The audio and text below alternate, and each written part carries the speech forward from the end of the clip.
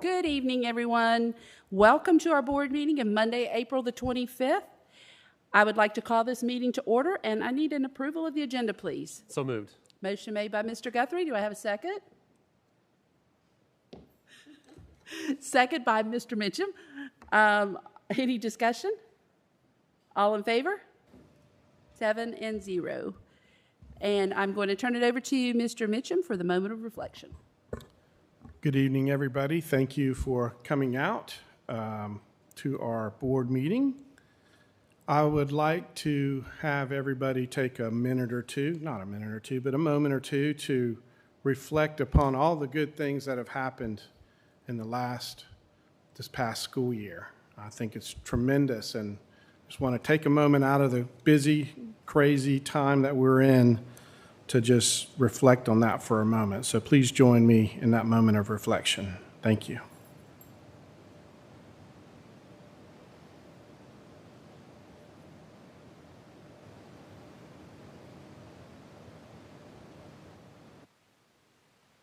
Thank you. And if you'll now please join me in the Pledge of Allegiance.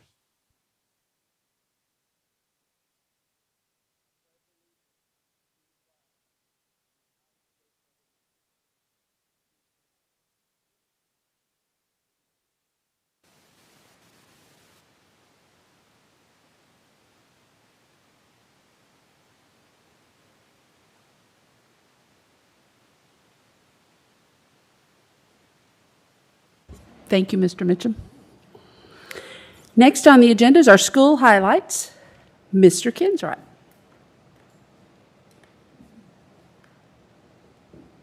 Hello? Oh, perfect. Sorry, a little loud there. All right. Well, good evening, Board of Trustees. As always, it is my honor to bring you some great news from around the district. Let's kick it off with the winner of our Future Chefs competition. So before she comes up, I'll tell you just a little bit about this process. There we go. So a picture of Emily in the cafeteria there. So this was an opportunity, the first time for the district. It was organized by our Sodexo team, led by Mrs. Michelle Knotts. And it was dozens and dozens of students from each elementary school submitted a healthy recipe inspired from a movie or a book.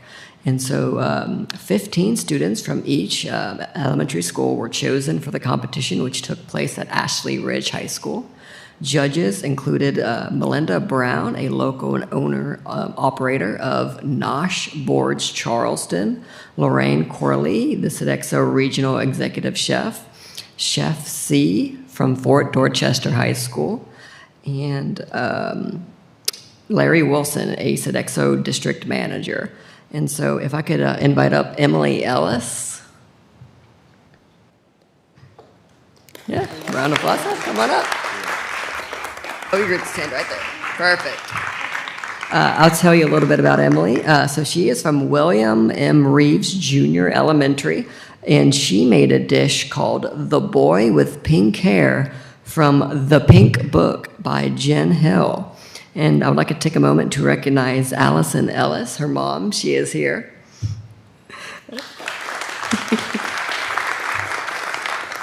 And if I could invite up Michelle Knotts for this photo, please. Come on over. There you go, Emily. You want to go in?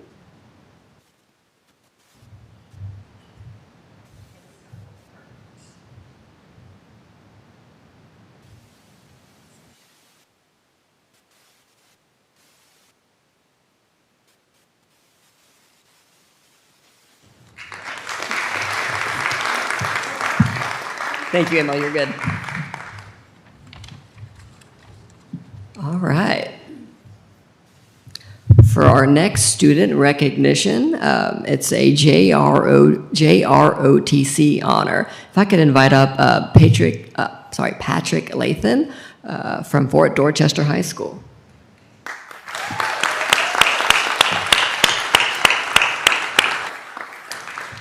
He received the Character and Leadership Scholarship, also known as the J100, from the Air Force Junior ROTC. So that honor is limited to only 100 nationwide, and it recognizes his good character, leadership, and citizenship. And it also seeks to inspire future leaders to seek careers in the United States Air Force or the Space Force. It's a full 4-year scholarship with benefits that include 100% paid tuition for 4 years, university-owned or on-campus housing fees, an annual book stipend, and a monthly stipend. And so other highlights about Patrick, he has a 5.255 GPA out of on a 5-point scale. Yeah.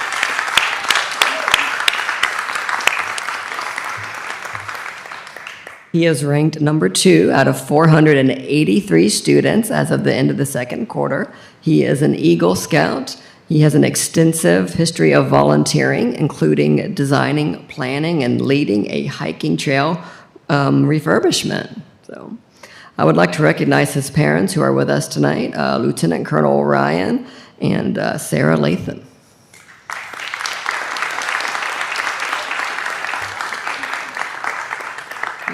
And if I could invite up his instructors, please. That's Lieutenant Colonel Evans, Senior Master Sergeant Bennett, and Master Sergeant Noltemeyer.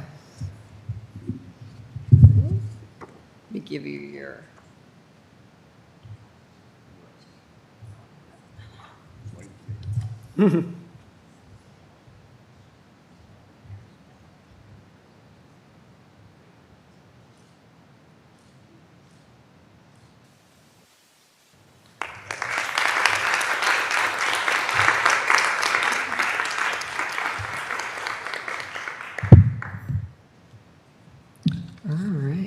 And so our final one is actually a staff recognition.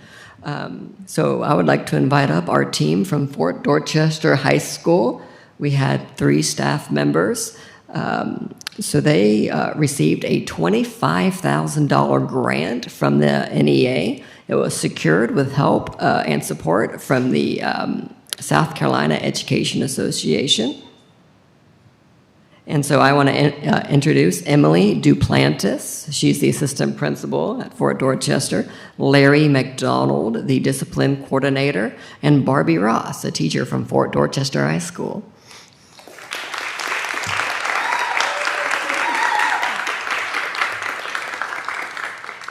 And so just to tell you a little bit about this grant, so they applied for it in order to establish a mentorship program that's going to be named by the students. This program will focus on building positive relationships at the school level. 3 educators will engage in professional development and mentor training, and then build community support by recruiting school-based mentors for the program, which launches with the new upcoming school year. Mentors and mentees will meet weekly to discuss grades, attendance, and behavior, and goal attainment will be recognized with embedded experiences in order to continue fostering the mentor and mentee relationship. All right. Congrats, y'all.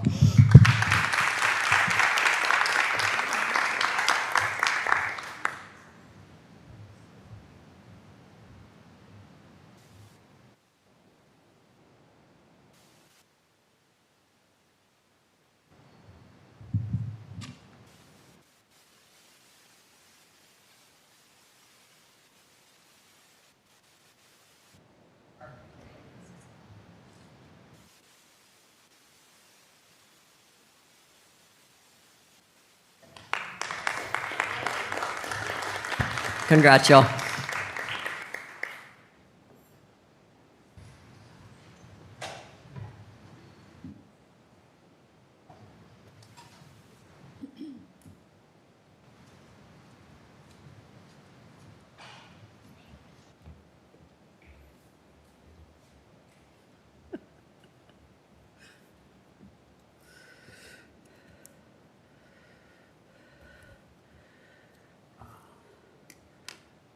What a way to start our meeting, right? We love all that good news.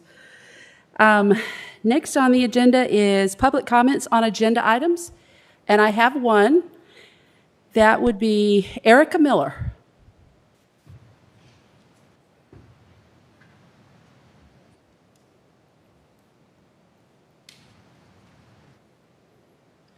Thank you. As a parent, transparency is very important to me, and I gather it's important to you as well, and that you value parent involvement. So when there's a transparency and then it's removed or backed off, it raises some concerns. A few months ago, the district school libraries had transparent online catalogs. Today, those online catalogs are locked behind a username and password. The board has delegated the library selection materials to the individual school media specialists and yet removed parental access to review those selections. I'm not suggesting that there's anything nefarious going on with the library selection materials, but we know that the library specialists order books in bulk, and we would like the opportunity to review new additions to the library as well as anything that comes up that's a concern to make sure it's not in the library. I'm specifically requesting that the board remove the username and password so that we can access the school library catalog online. Thank you. Thank you, Ms. Miller.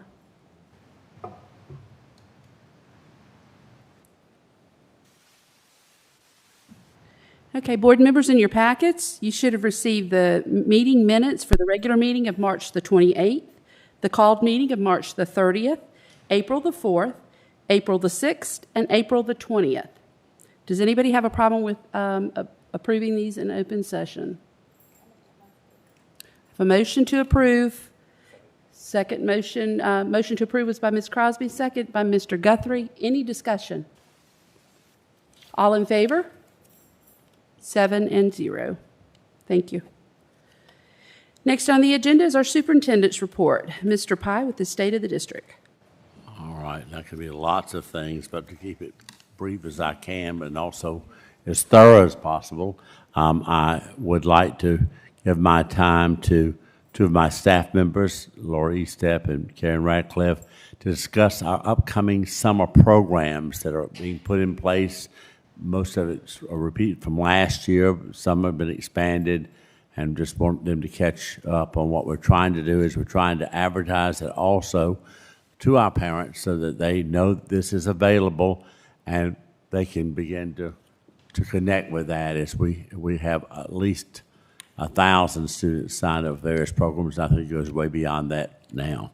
So we want to grow that number even larger. We will provide the support and the help that we need if the numbers are there. In other words, we're going to continue to add. So if another couple hundred people will sign up, we'll make it happen for them too. Okay. Good evening, Chairman Hughes, board members, and Mr. Pye. As he said, Ms. Radcliffe and I are going to share all of the summer opportunities, K through 12, with you this evening. And so I'm going to start out with elementary. Our elementary schools have several things going on, beginning with our summer reading and math camp. Those two locations are at Eagle Nest and Flowertown, so all students across the district will be able to go to one of those two sites. We divide those up based on location for transportation. The dates are June 6th through July 15th. Except for July 4th, which of course is a holiday, and that'll be for grades K through 5.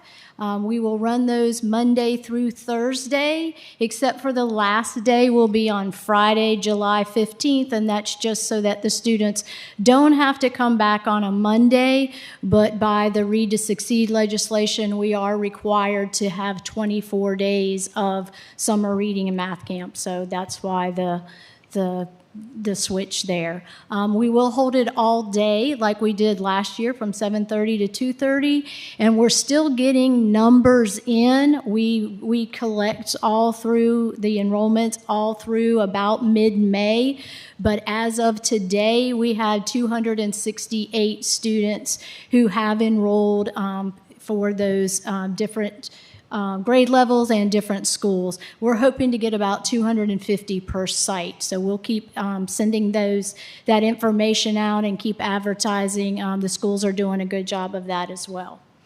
Extended school year is based on the IEP teams. Again, those will be held at Eagle Nest and Flowertown. We try to hold all of our programs at the same sites, again, just for ease of transportation, food services, and so that we don't have every single building open during the summer. Again, the dates the same, June 6th through July 14th, except for July 4th. That is for 4K through 5th. They are a half-day program from 8 to 12:30, and they usually get in around 300 students during the summertime. The last program here on this slide that I'm going to talk about is our STARTS program, and that is students turning towards the arts. They have 2 week-long sessions from June 6th through the 9th and June 13th through the 17th. That's for our first and second graders. Again, that is a half-day program, and they have about 120 students for that program, and those registrations opened right before spring break. It's important to note that transportation and meal services are also provided for summer reading camp and the extended school year, as well as a morning snack for the STARTS program. Our parent and family engagement centers, we will have 2 locations for those as well, at Span and Windsor Hill. Again, those are open from 8 to 2. Depending on which of those locations, we have a variety of activities going on, and those are for any age. We have story time, checking out resources, Rosetta Stone. We are also doing an English practice with our parents down at Windsor Hill, and again, the resource checkout. In addition to the 8 to 2 at Windsor Hill for the English practice with parents, there will be an evening session, and they do have those both virtual and face-to-face. The last one is our extended day summer program. Ms. Bishop is real excited to have this again this year. This will be from June 6th to July 22nd, open from 7 a.m. to 6 p.m. It'll be closed the week of July 4th, as well as the 25th through the 29th, and August 1st through the 5th to get ready for coming back to school. Seems like a short summer, but to get ready to come back to school. They're really excited because they're back to having field trips 3 days a week, Tuesday, Wednesday, and Thursday, as well as having swimming lessons for second grade and above.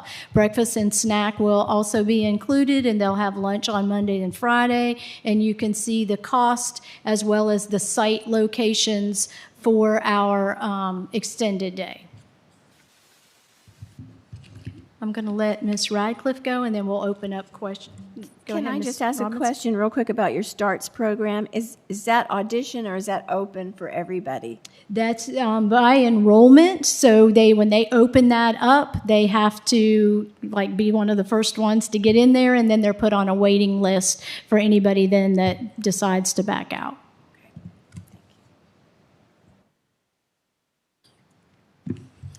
Good evening.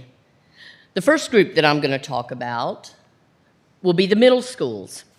And this year, we're going to be running our summer remediation program, and we're going to utilize Gregg Middle School for our middle school summer school program. That's going to run from June 6th through July 14th.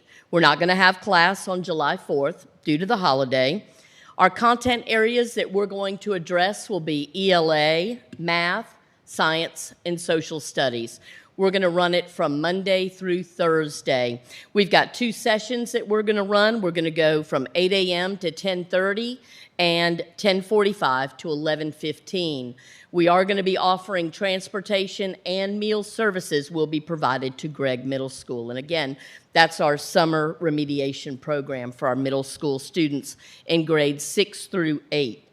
Also, like elementary, we have our extended school year that we'll be offering our students with IEPs. The IEP team will decide whether that student qualifies for extended school year. They've got 2 sessions that they run. Session 1 is June 6th through June 22nd. The second session is June 27th through July 14th, again taking July 4th off, and that one runs Monday through Thursday as well, and at Gregg campus. Looking at our math camp, we are again this year running a math camp and a literacy camp.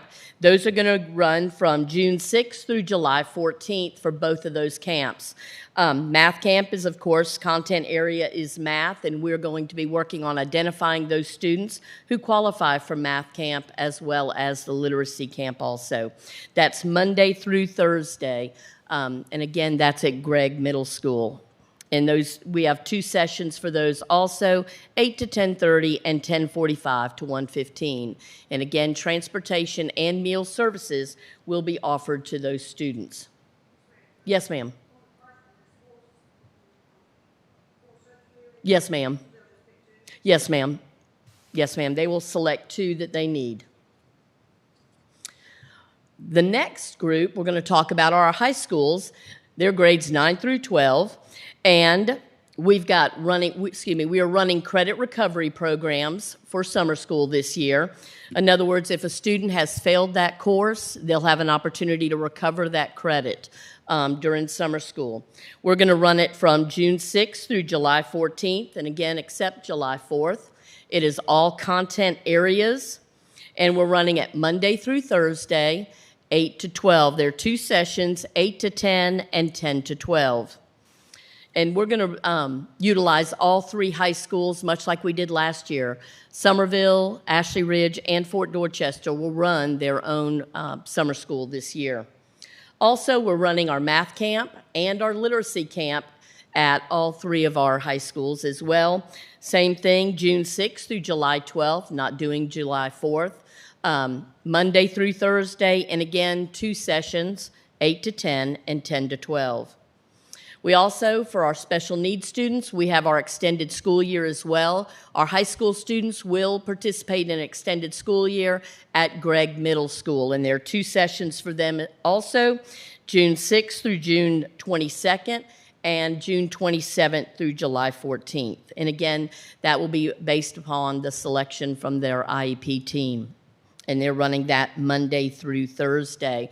The one thing that we did not include is a lot of our high school and some of our middle school students utilize the South Carolina virtual the virtual school for some of those courses that they want to take initial credit for. I think last year over 800 of our students utilized that program, and again, that's free of charge. So that's an option for our students to work virtually throughout the summer. Yes, ma'am.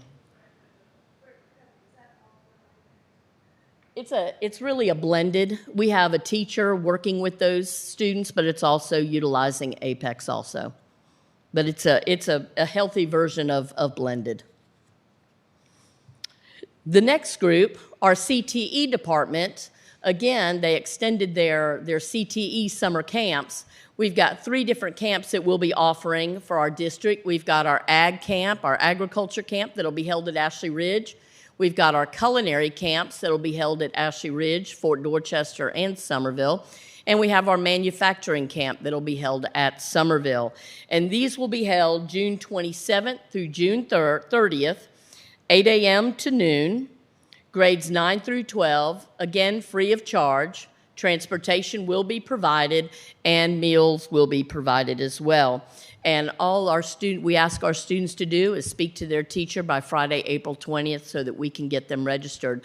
The one thing that I think I need to reiterate is all of these programs are enrichment, our middle school, summer school, or summer school for high school are all free of charge. There's no cost to these. Same thing with our CTE camps as well. Our next group is our online summer enrichment. If we've got students that don't necessarily qualify for some of these summer programs, they don't want to attend these summer programs, but parents may want their students to have opportunities for some online work, some enrichment, some remediation. We've got online summer enrichment programs. All students, they have access to these technology programs. It is asynchronous, so there's not going to be an active teacher in front of these students, and it's virtual. It's available to them 24 hours. Our students have access through their Clever accounts. They won't necessarily have their devices with them all summer long, but they still will be able to access their Clever accounts so that they'll have access to all these technology resources throughout the summer. So this is a great option for those that don't necessarily want to actually come in for our summer programs. The last piece is our summer reading resources. This year and basically last year, we did not put out any summer reading mandates for our kids in K-12, our GATE kids, our CP students. We did not put any reading lists out. What we did this year is basically give parents an opportunity to look at all of the different options that they have through whether it's Dorchester County Library, whether it's the Charleston County Public Library, looking at the list of the Newbery Medal winners, the Lexile Framework for Reading, where our students can find a book, going to the Discus. And what we've done is we've given elementary, middle, and high school different sources that parents can utilize and students can utilize to read for fun. I think that's what we want. We want them to just read for enjoyment this summer. And so we're going to put all this information on our district website so parents have access to all this information as well. Also, we'll ask our students to put this information on their websites so that if they utilize the school website, they can certainly get this information as well. Can I ask a question on the credit recovery? Yes, ma'am. Are they required to go to full-time, or can they do it until their credit is? Yes, ma'am. That's a great question. They do it until they complete it. Okay. Until they've earned that credit. And it may take them 2 weeks, it may take them 3 weeks, it may take them the entire time. Sure. They all kind of work differently. Well, I think it's paces. wonderful. I'm so glad to see that not only is it coming back, but it's coming back 10 times better. Yes. Would any of the students be allowed to receive any credits for extra curriculum on any of these summer programs? Are you talking in terms of initial credit? Mm-hmm. We do not offer initial credit in summer school. We're only doing recovery. If they want initial credit, they go through their guidance counselor to look at what we have in South Carolina virtual. That's still great. Yep. Thank you. There are lots of options.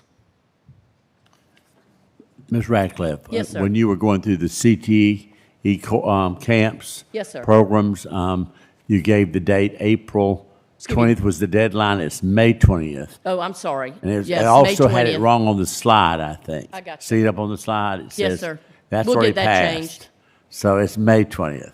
I got you. We'll certainly change that. Okay, thank you. Thank you. Okay, anyone have any other questions? Comments?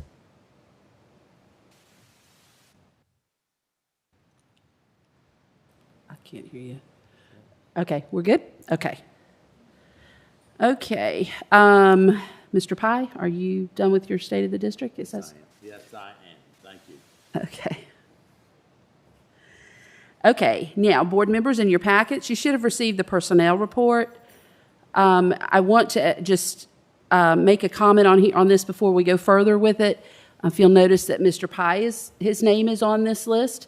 I have received Mr. Pye's letter for his retirement. I have signed that, and there's copies in the file. So just wanted to let you know that. So when we vote on this, we're also voting to accept his letter. So I need a motion to accept the resignations for 2021 or 21-22 school year. Motion made by Ms. Crosby. Do I have a second? I guess nobody can retire. Okay. Second by Mr. Guthrie. Any discussion? All in favor? 7-0.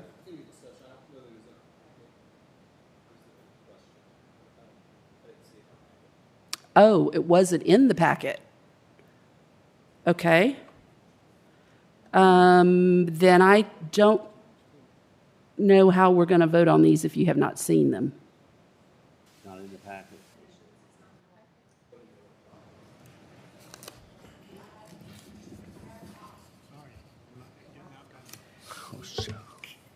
I've got a hard copy here. Does anyone want to look at those? So we can take care of this. Down here so they can look at it on this end.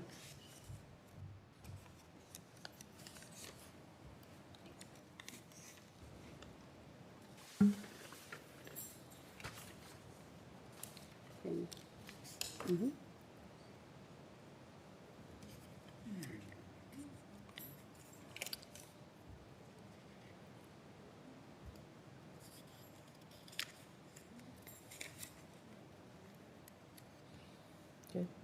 Okay, is everybody okay? Okay. Okay, next on our agenda is our financial report. Ms. Meunier.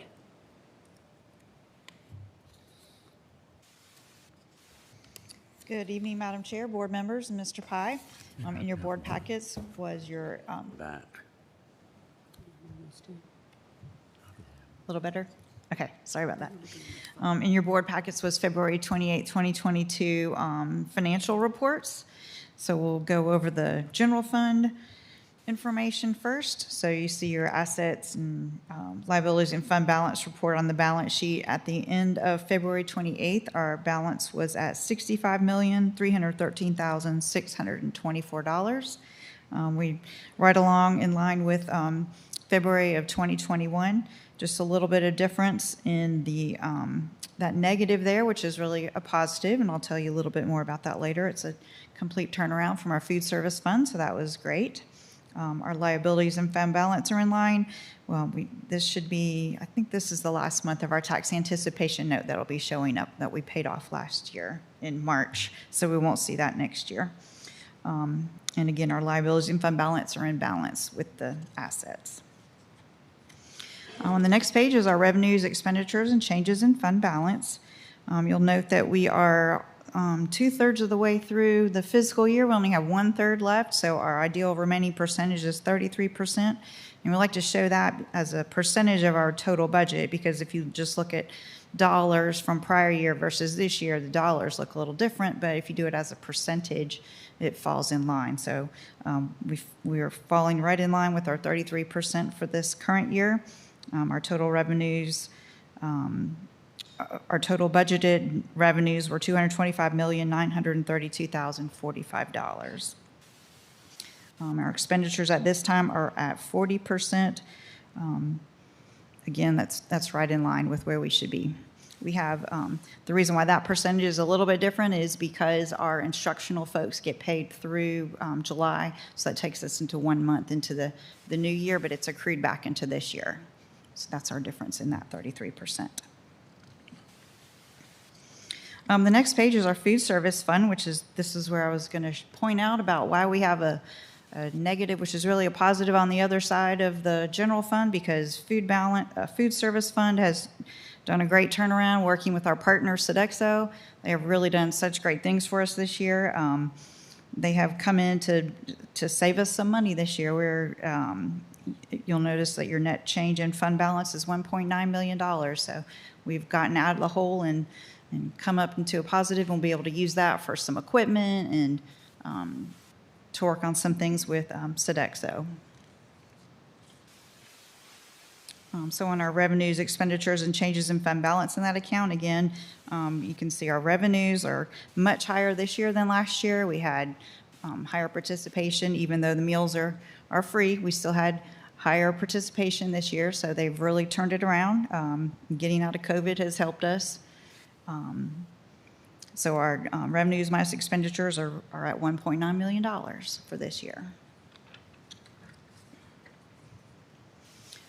The next report that you have in your packet was the school activity fund balances. So the top line of those report is your general and operating funds that are used by the school, and then the second line is the trust account balances for all of the schools.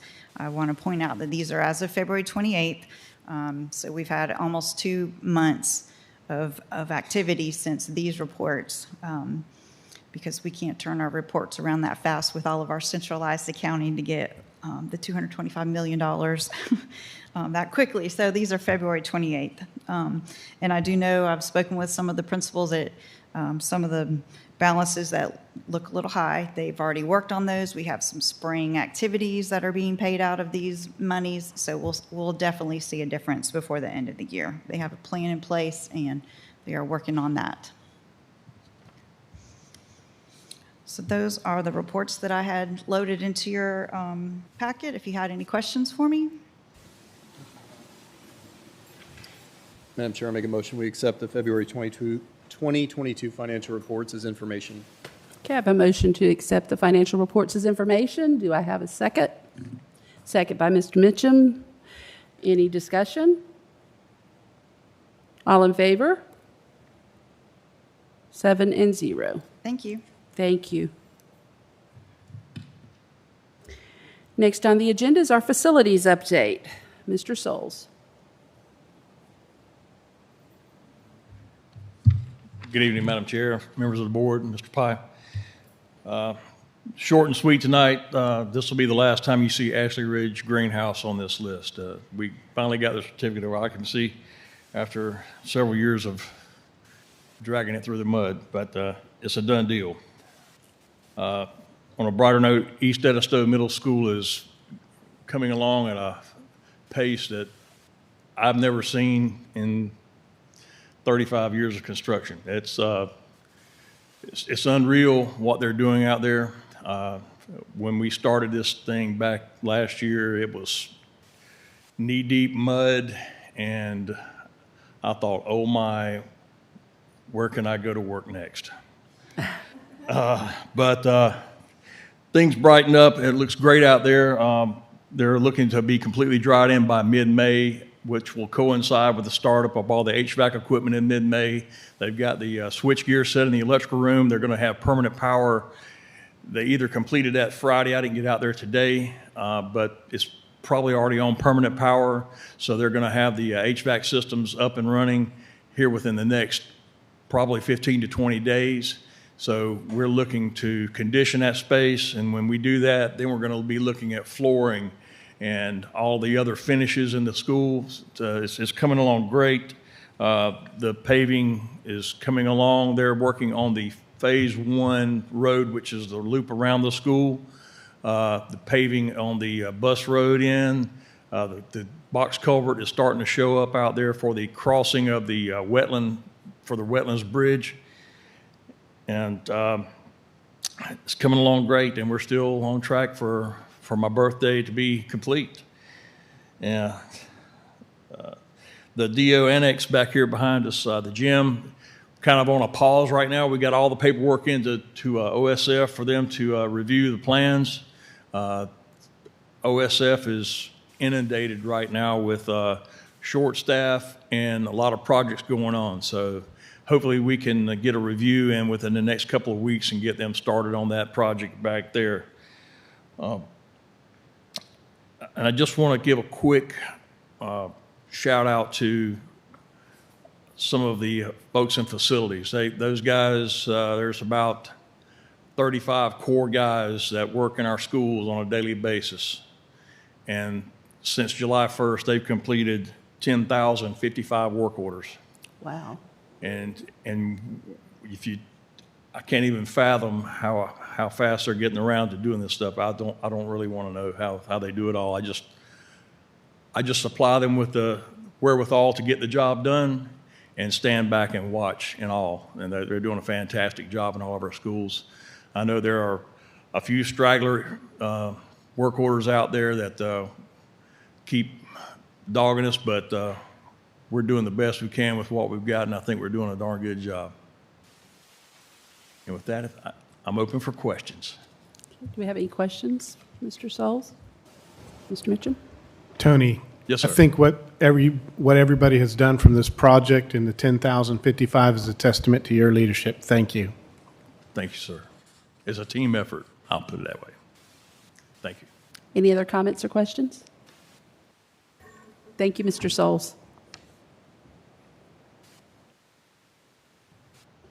Okay, next on the agenda is our Board Policy Committee, and I'm going to turn that over to Mr. Farnsworth.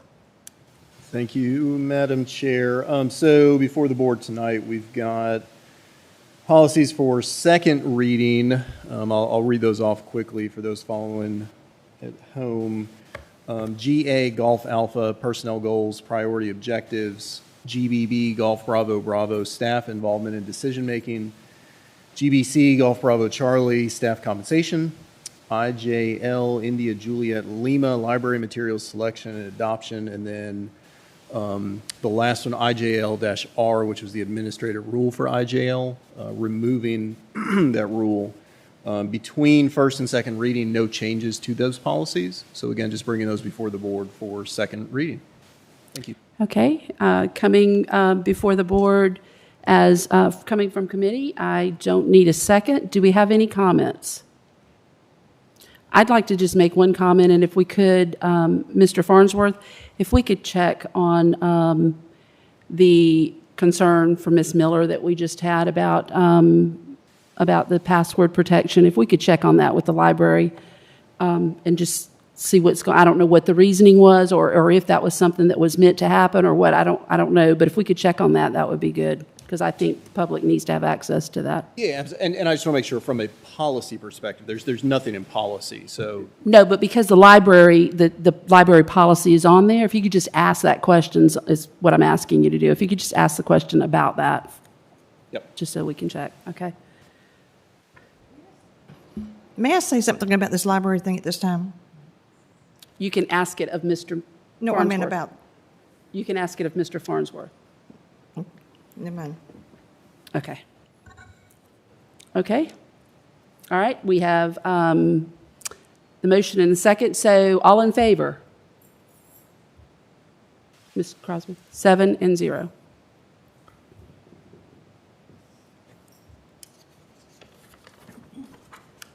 Okay, next on the agenda is new business. And before we get started on the new business, I would just like to give a shout out, if I could, to our after-school professionals. It is After-School Professional Week.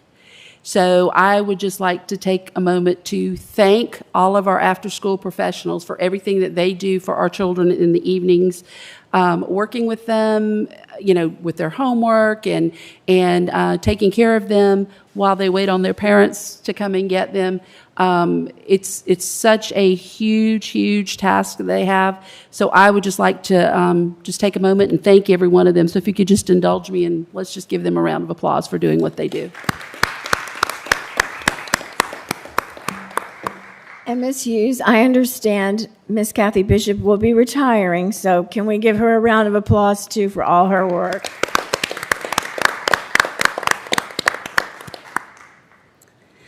Okay, so then on the agenda, we have the 22-23 proposed board meeting calendar.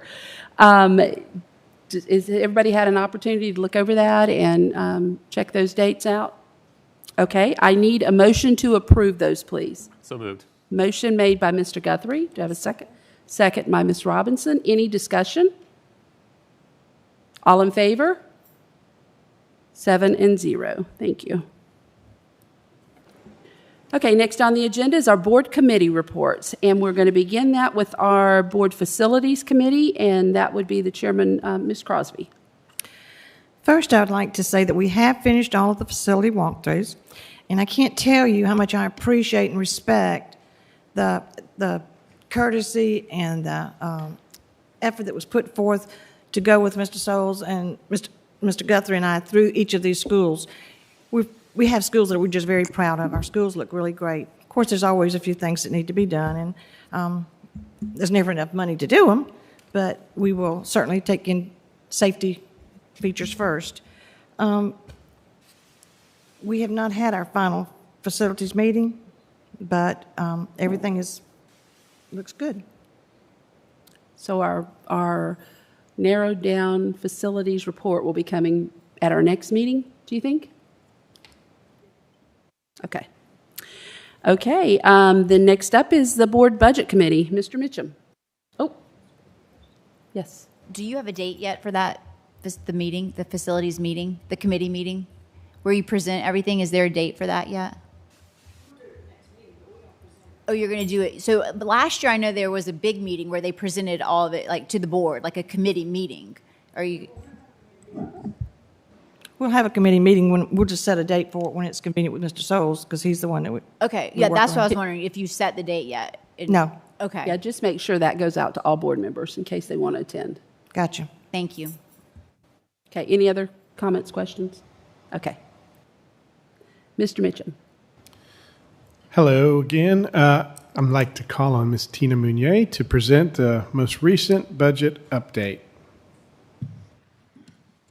Good evening again. So last Monday, we had our public input meeting, and it turned out to be good news from the Senate Finance Committee. After it went through the House, then the budget went to the Senate Finance Committee, and the changes that came out of that we presented were good news. I'll just skip to the highlights if that's okay.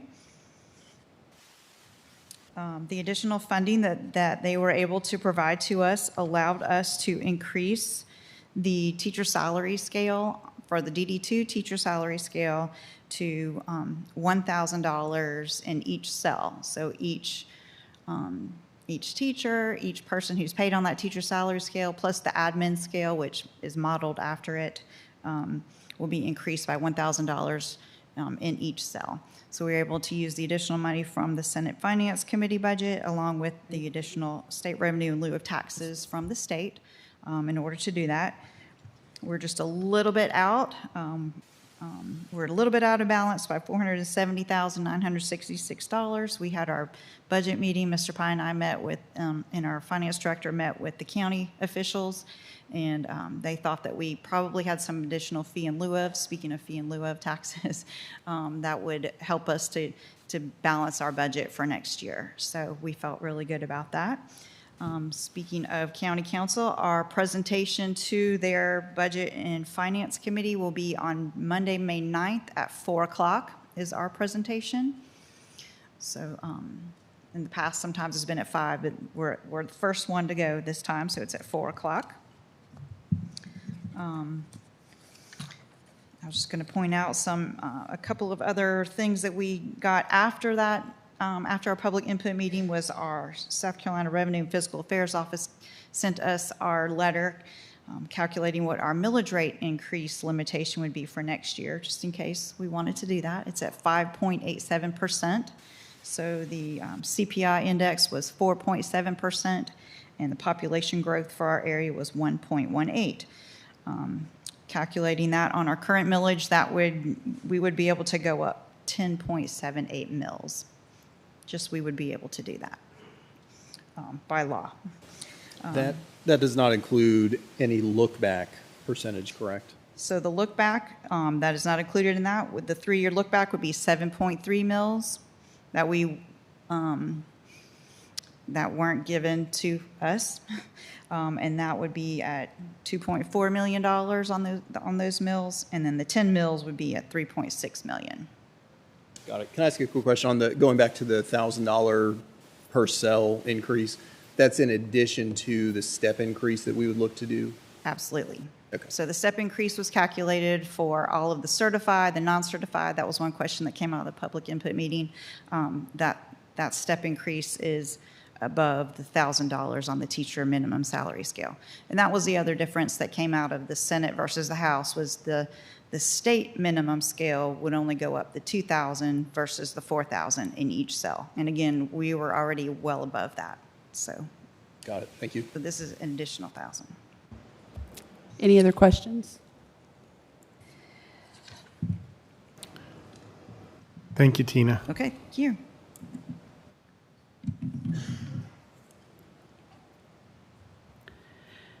Okay, next on the agenda is the Southern Magnolia Event Group, and that's Ms. Robinson.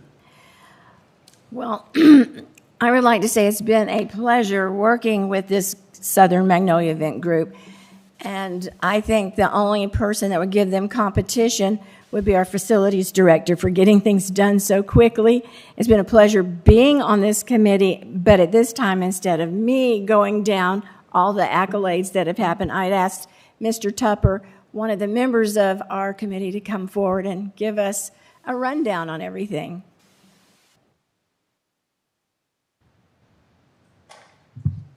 Thank you. Thank you for having me here tonight. Appreciate it a lot. So I was looking back in the email when I was asked to come up here, and it was kind of crazy that it was summer of 2020, and we're approaching our second year of doing this already. And so I just want to run some highlights we have already. So, of course, once we started, the biggest thing was the new turf field. And as we went on through there, we were able to raise more money and get the new LED lights in. The state gave us some money for the park in the end zone. We got new fencing around the stadium that we needed. We just installed the new scoreboard, thanks to Taco Boy. They gave a huge donation. So that new scoreboard is up.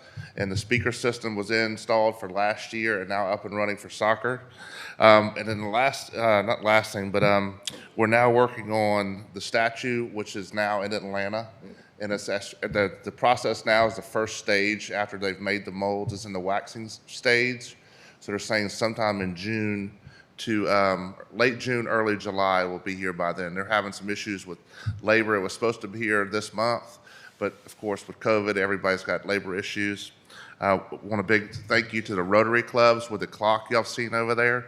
That was a big deal. They approached to me, and I thought that we really made it when another civic group's coming willing to help, and another one, and I thought it was great on their part and stand out of all of them involved for doing that and raising the money so fast to get that clock. Next is the Alumni Center we're under renovating right now, and we should be done and approximately done in about 2 weeks, but I would like to invite y'all to come before your next board meeting. We'll set a time for all y'all to come view. We're in the final stages right now of punch out, and then we'll be painting starting hopefully Friday. And then by next board meeting, if you can, everybody come view the facility. It won't be open yet to the public because we still have to start securing everything from Ms. McKissick and the community, and we'll be putting ads out to people that do want to donate stuff. It'll be stuff you could bring in, and we'll have behind lock and key for everybody to have over there to see throughout the 120-something years of this great alumni. So, any questions? Any questions or comments? Thank you. Thank you. Thank you, Ms. Robinson. Okay, next on our agenda is public comments, and I have 2 public comments. We're going to begin with Jason Brockert.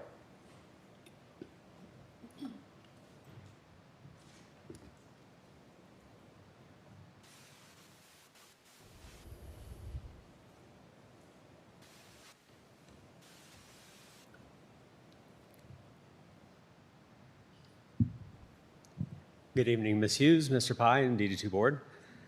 I know the superintendent search is already over. That's all finalized. So obviously there's not a whole lot of good in Monday morning quarterbacking. But I do want to provide a little bit of added insight. One of the things that came up was the community involvement in that portion.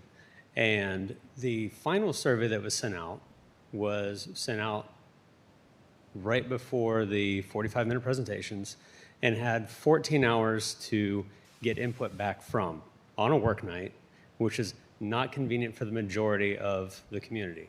Now, 5% of your constituents responded to this, and that seems like a pretty sad number of people that took their time and effort to do it.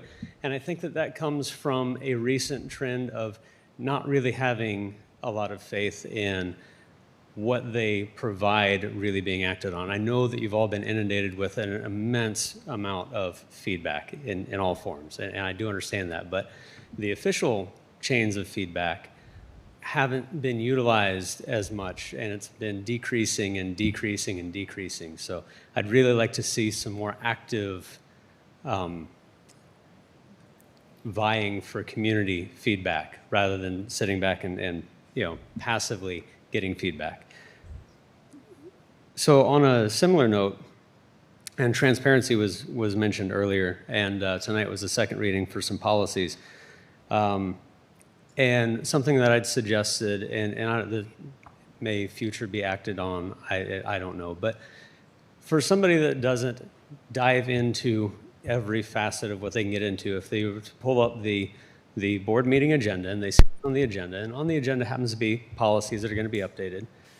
It's really easy to add hyperlinks that will take you to what that policy is, what it was, what it's been updated to be, so that somebody that doesn't have enough time to pull through all of the information can give you some valued feedback.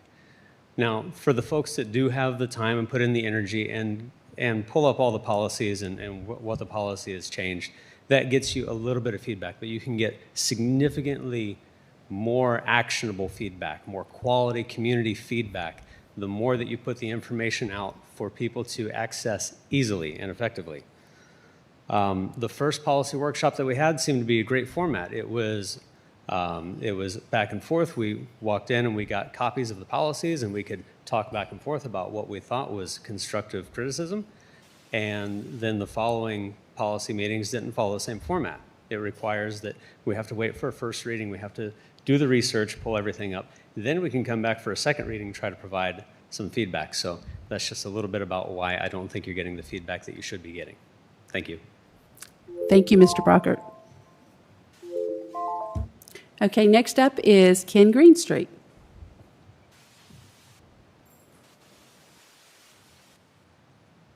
Evening. Same subject. According to the latest U.S. Census Bureau, 29% of South Carolina households 25 years and older with a bachelor's degree, only 29% of U.S. South Carolina households 25 and older have a bachelor's degree. South Carolina law currently only requires those in college to read the U.S. Constitution. I'm going to read some things from a book that I have.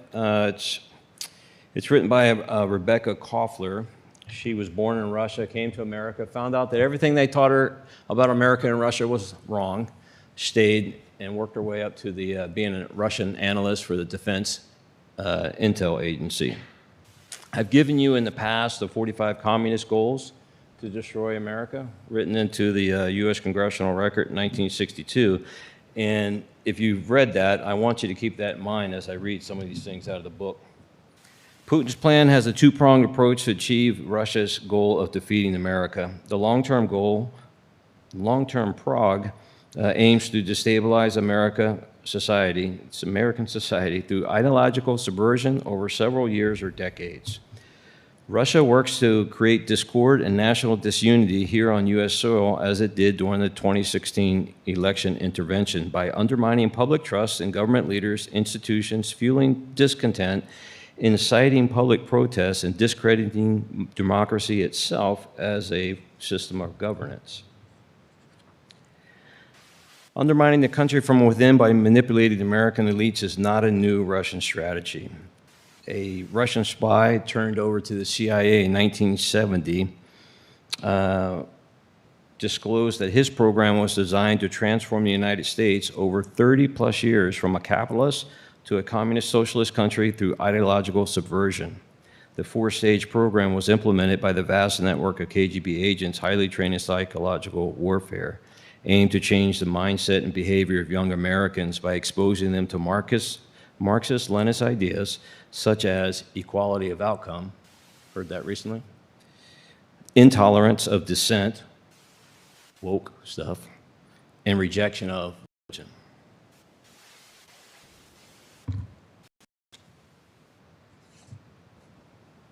As part of covert intelligence operations to disrupt the 2016 elections, the Russians stirred up racial tensions, promoted brutality narratives, and pitted pro-gun advocates against gun control proponents and pro-immigration activists against anti-immigration activists. They did this by exploiting social media, which enabled the Russians to pose as Americans. Got 12 seconds. You guys can do something. It's not required by law. You can do stuff as Americans and as part of this board to, at least in high school, make kids read the Constitution and study the Founding Fathers' struggles to bring those documents to us. Thanks. Thank you, Mr. Greenstreet.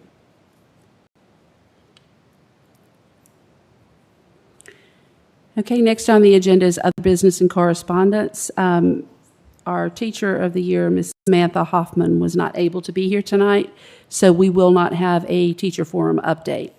But I'm going to need a motion to go into executive session for personnel matter regarding district hires, contractual matter regarding potential sale of a portion of land at 9800 Delmar Highway, legal advice regarding potential litigation, legal advice regarding pending litigation, and an employment matter regarding administrative positions / contractual matter. So moved. Motion made by Mr. Guthrie. Do I have a second? Seconded by Ms. Wimberly. Any discussion? All in favor? 7-0. Turn to open session following our executive session. Thank you and have a great evening, everyone.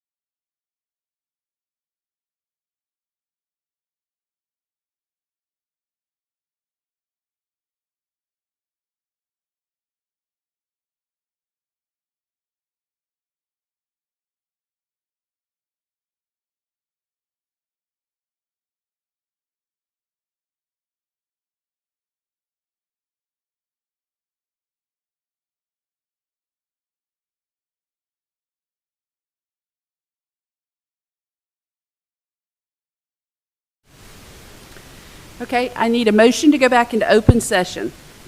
So moved. Motion made by Mr. Guthrie. Do I have a second? Second by Mr. Mitchum. All in favor? 7-0. Okay, do I have a motion coming out of executive session? Madam Chair, I make a Yes, motion. I make a, Good, you're fine. Go ahead. I make a motion that we, regarding the potential sale of a portion of land at 9800 Delmar Highway, get permission from Mr. Pye to negotiate that sale. Okay, I have a motion by Ms. Crosby, second by Mr. Farnsworth. Any discussion? All in favor? 7-0. Okay, I need a motion to adjourn. Motion to adjourn. Motion made by Mr. Guthrie, second